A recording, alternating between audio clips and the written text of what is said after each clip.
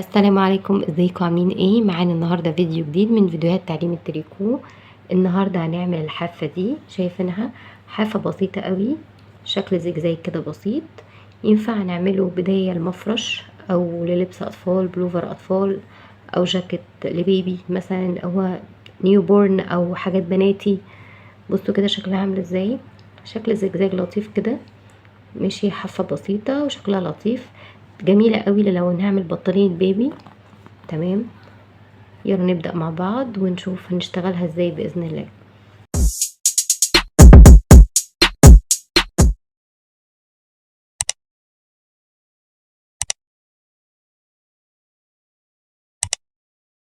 هنبدأ مع بعض ونقول بسم الله الرحمن الرحيم.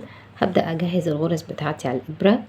أنا الغرزة بتاعتي مكونة بأعداد زوجية، يعني على قد ما أقدر أعمل تزايدات رقم 2 4 6 8 وهكذا، وأعمل حساب غرزة حافة في الأول وغرزة حافة في الآخر. طبعا إن أنا بعملها دلوقتي عشان خاطر العينة غرزة الحافة، في الشغل الحقيقي مش هحتاج غرزة الحافة، كفاية تزايدات رقم 2. فأنا دلوقتي هشتغل تزايدات رقم 2. هبتدي أجهز الغرز بتاعتي على الإبرة، 1 2 3 4. جهزت 28 غرزة على الإبرة بتاعتي، ده كده أنا معايا 28 غرزة.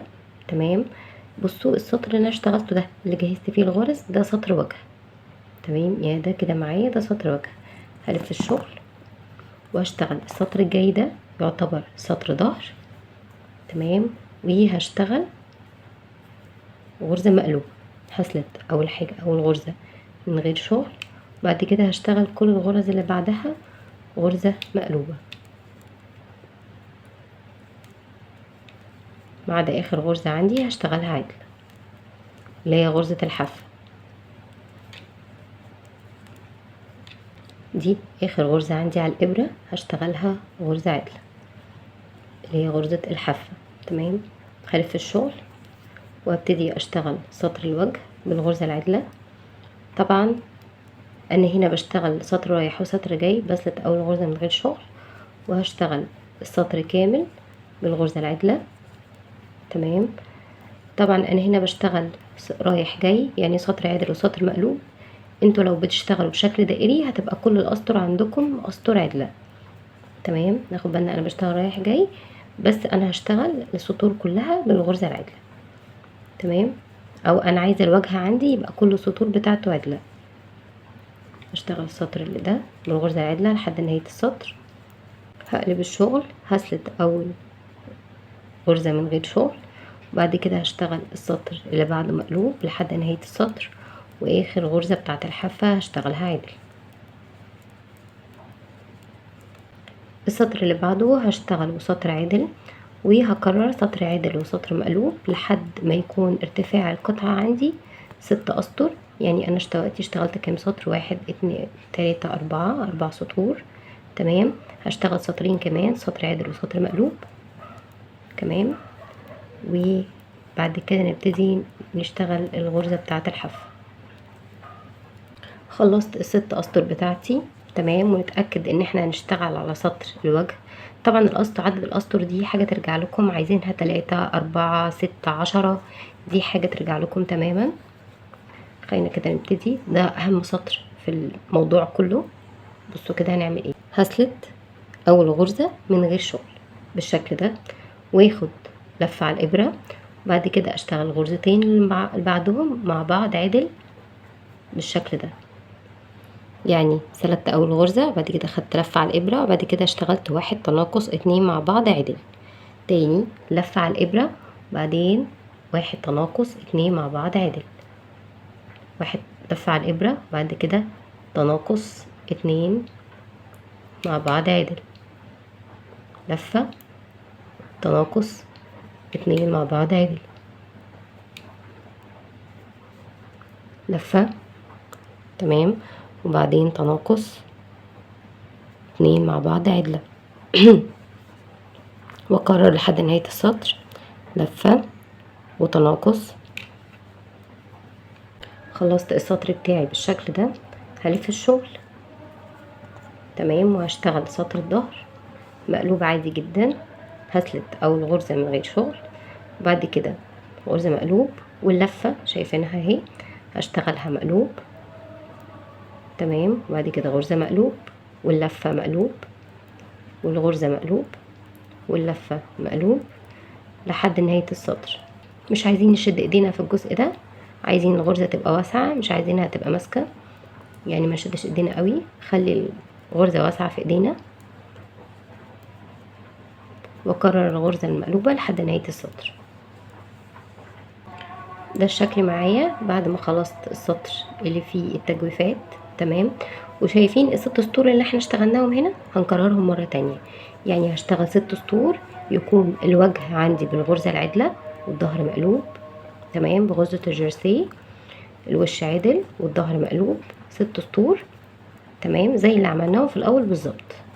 اخلص الست سطور بتاعتي، اخلص الست اسطر بتاعتي واوريكم الشكل عامل ازاي في الاخر وهنكمل ازاي.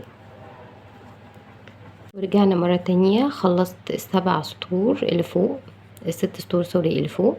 تمام كده عندي 6 سطور، وبعدين السطر اللي اشتغلت فيه الفراغات، وبعدين 6 سطور فوق. بصوا كده انا هعمل ايه، هتني الشغل بتاعي بالشكل ده. شايفين جبت الجزء اللي فوق على الجزء اللي تحت سطر البداية. تمام، وبصوا كده هعمل ايه، هاجي كده هدخل الابرة بتاعتي في مكان اول غرزة. شايفين السطر اللي ورا، شايفين السبعات دي، بصوا كده شايفين السطر اللي ورا، شايفين السبعات دي، شايفينها حرف الفي دي اللي هي بتاعت سطر البداية.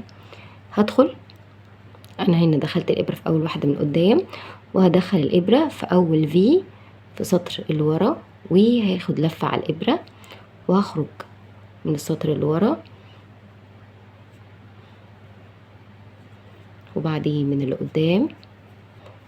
تمام، وبكده انا قفلت الجزئين على بعض. هنكمل. بصوا كده هدخل الابرة في الغرزة اللي في السطر اللي قدام، وبعدين هدخلها في الفي او السبعة اللي في السطر اللي ورا. تمام، شايفينها الفي او السبعة اهي اللي في السطر اللي ورا، وياخد لفة على الابرة. هخرج من السطر اللي ورا او السطر الخلفي. تمام اهي، وبعدين اطلع من الغرزة اللي قدام، وبكده انا قفلت الجزئين على بعض. هكرر كأني بشتغل غرزة تناقص، هدخل قدام وبعدين هدخل في السطر اللي ورا. تمام، دخلت قدام وبعدين في الفي اللي في السطر اللي ورا، وياخد لفة على الابرة. هطلع من الغرزة اللي ورا وبعدين من اللي قدام واخرج من الاتنين. شايفين اللي بعدها الغرزة اللي في السطر اللي قدام، وبعدين الفي او السبعة اللي في السطر اللي ورا، والف على الابرة واخرج من الغرزة اللي ورا، وبعدين اللي بعدها اللي قدام بالشكل ده. شايفين هكمل بقية السطر بنفس الطريقة، الغرزة اللي قدام وبعدين المقابلة ليها ورا اهي، دي المقابلة ليها ورا، واخد لفة واطلع من الغرزة اللي ورا وبعدين اللي قدامها، وبالشكل ده. شايفين الشكل من ورا عامل ازاي، وده الشكل من قدام. شايفين هكمل لحد نهاية السطر. ورجعنا مرة تانية، خلصت الحافة بتاعتي. شايفين شكلها حلو ازاي، شايفين شكلها من تحت، ده الشكل بتاعها. تمام، وبعد كده نبدأ نشتغل. ده كده نعتبره سطر بداية، ونقدر نشتغل القطعة بتاعتنا زي ما احنا عايزين. تنفع قوي للبس اطفال زي ما قلنا. تمام، لبس بناتي هيكون شكلها لطيف قوي. تمام، اتمنى يكون الفيديو عجبكم، واشوفكم فيديو جديد باذن الله. باي.